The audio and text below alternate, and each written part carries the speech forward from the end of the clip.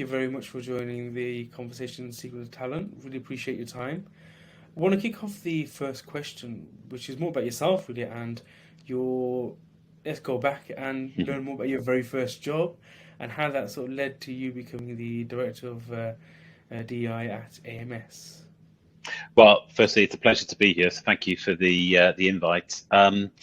My first job takes me back a little bit. I graduated in 1988. I was lucky to get a job on the graduate program with Kodak. A really interesting organization at that time in terms of they're really at the height of the film business, the kind of camera film still being the very, very popular.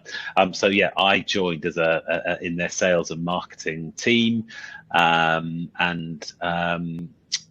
brilliant opportunity to be part of an amazing organization. Unfortunately, that company with the digital revolution has lost its way since then, but I was lucky to be involved at that time. And then kind of fast forward, really, I managed to get into the recruitment business. I kind of fell into the recruitment business, and I've worked for a number of different organizations, both in the sort of search side, agency world, and then latterly in-house. Worked for Barclays for a period of time, and headed up recruitment for the retail bank. And then in 2006, stroke of luck, really, I left the bank, started doing my own thing, and I was introduced to the HR director for the London 2012 Olympics and Paralympics. And they were looking for some people to help them to build the organising committee. And yeah, I met Jean Tomlin, who was the HRD, and joined initially as a consultant at the beginning of 2007 to head up recruitment for the organising committee. And that's really where my interest in diversity, equity and inclusion started, because in terms of putting on the games in London, we made a lot of commitments to the local communities in London, to give opportunities back to those people who lived in some of those more challenging boroughs of London. And obviously we were putting on the Paralympics, so it was really important that we delivered that sort of level playing field for all. So that's really where it started, and I finished there at the end of the games at the end of 2012, thinking, oh my gosh, what do I do next? And then came across AMS, and I've been at AMS now for just over 9 years. So I brought that real passion for DEI when I came into AMS, and I've done a variety of things here, mostly client-facing roles. And then 3 years ago, I moved into a dedicated DEI role. And I am responsible for our firm's internal strategy around DEI. We're about 10,500 people globally. And I have an external role as well to work with our clients to make sure that we can help them to solve their DEI challenges. So that's a very quick canter through in terms of how I got from my first role to where I am right now. And I wanted to ask you about the, quite interesting, you mentioned the Kodak graduate programs. How important are graduate programs, particularly apprenticeships, which is something I'm big in and something I'm heavily invested in? How important are they to firms like yourself when it comes to recruiting talent and then also diverse talent? So for us, less so. We don't have a formal graduate program or an apprenticeship program, so we're more interested in the skills and the experiences that people hire. But we know through our clients and through the programs that we are helping to run for our clients that a graduate program or an apprenticeship program or an internship program or a work experience program is an important way to hire underrepresented talent. And we've seen lots of change in those programs over the last couple of years, where organisations have wanted to really access underrepresented talent in a different way.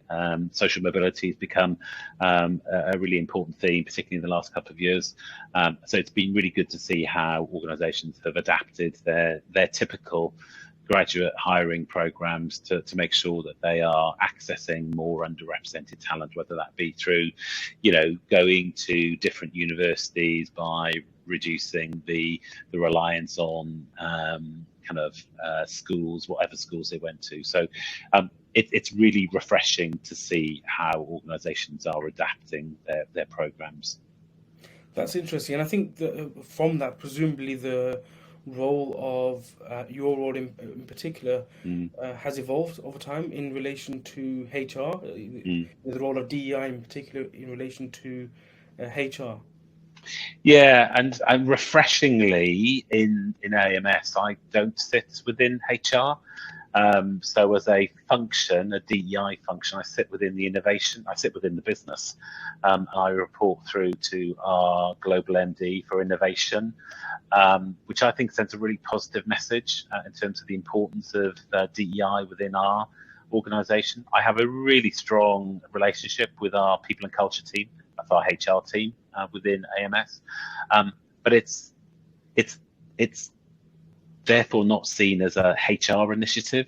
It's embedded, within AMS, DEI is embedded in the business. It's seen as a key business imperative. And I think that's important. And I would say a positive thing of how DEI has evolved over the last couple of years is we're no longer talking about that business case. I think most organisations get it now, and I think DEI is seen as an absolute must-do and a key enabler for businesses to grow and to evolve into different areas. So that relationship with HR is important, but I think it's now not seen as a HR initiative. It's absolutely seen as a critical business asset, and important that it's seen as sitting separately from HR. But a lot of organisations, DEI still sits within this HR team. So, and that's fine for those organisations, but we've made a conscious decision that it sits within the business. And presumably there's been a lot of it, as a result of it being a separate function in relation to the innovation side, there's been a specific remit for DEI within the companies, or in regards to what leverage it has around how the makeup of the organisation looks like. Yeah, definitely. And over the last couple of years, we've done some really interesting work to push the boundaries in our own organisation around setting commitments and kind of being bold around those commitments. And we've purposely set some targets around, for example, ethnicity representation. We realised post George Floyd murder that we didn't look like the organisation we needed to look like at a senior level.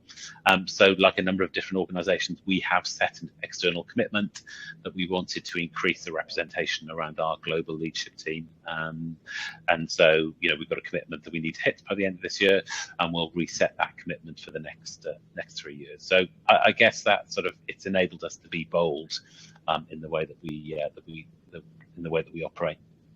And you kind of went into quite a nice point there regarding some of the things you're doing around addressing talent shortages and talent diversity. Yeah.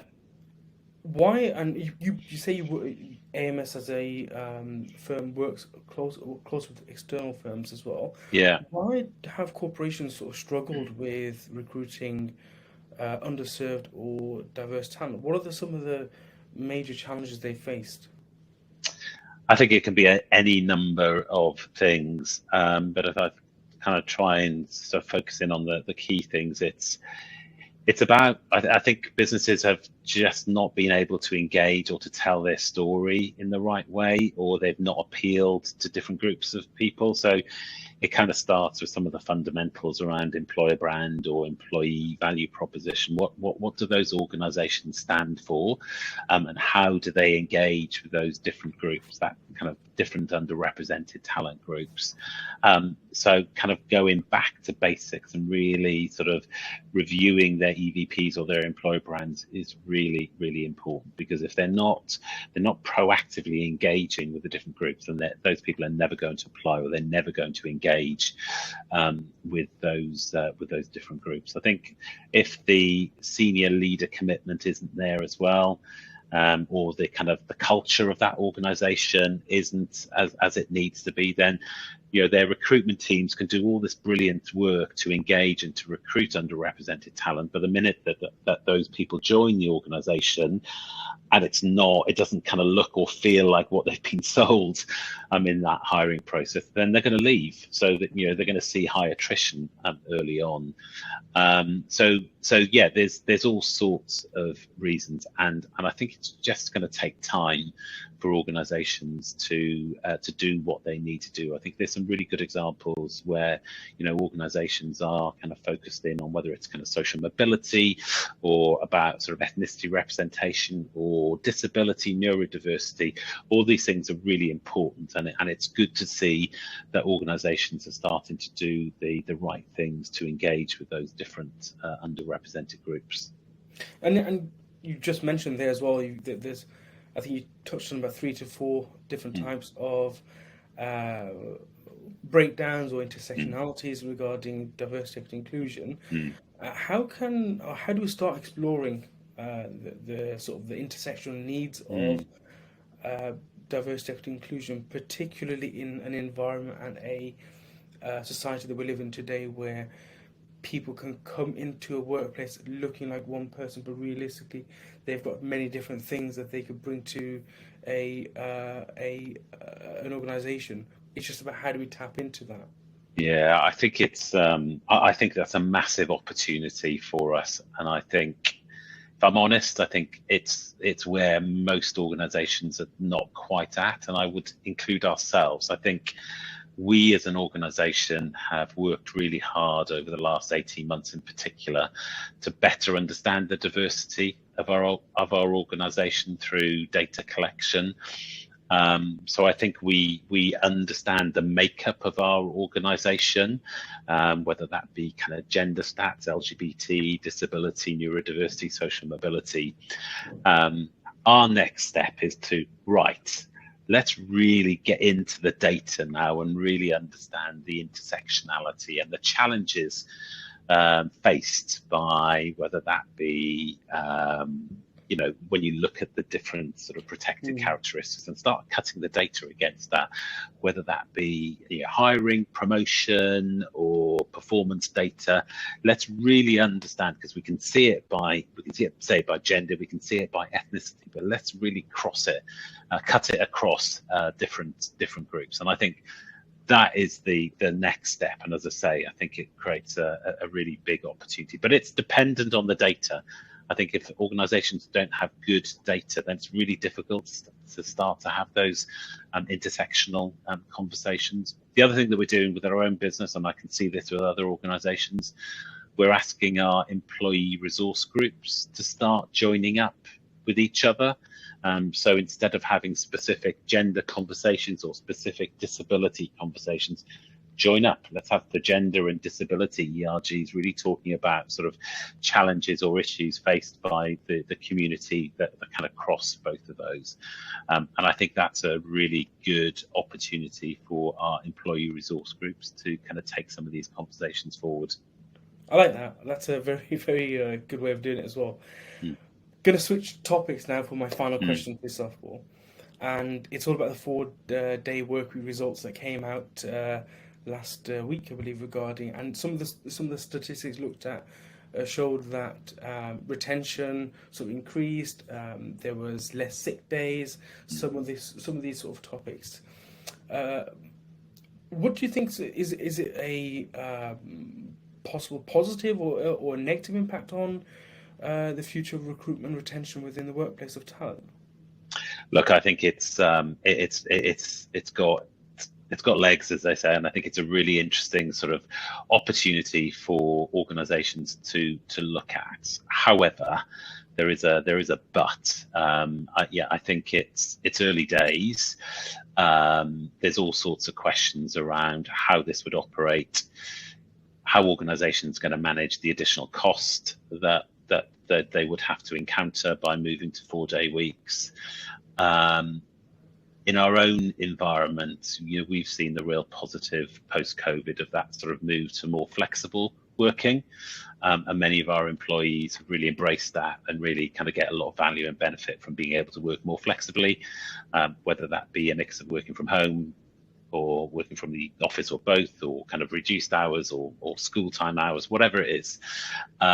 So I just see it as part of that agenda. We're moving into, exploring all of these different opportunities for both employees and employers. But the 4-day work week is just another one of those. Just needs it's not clearly going to work for all sectors as well. We work in a very client oriented business, so again, not easy for us to kind of carte blanche say that we would be able to move to a 4-day week, because we'd have to work very closely with our clients around it. So it's a really interesting concept. We look at the research very closely, and we talk to a lot of organisations, including our clients, around this topic all of the time.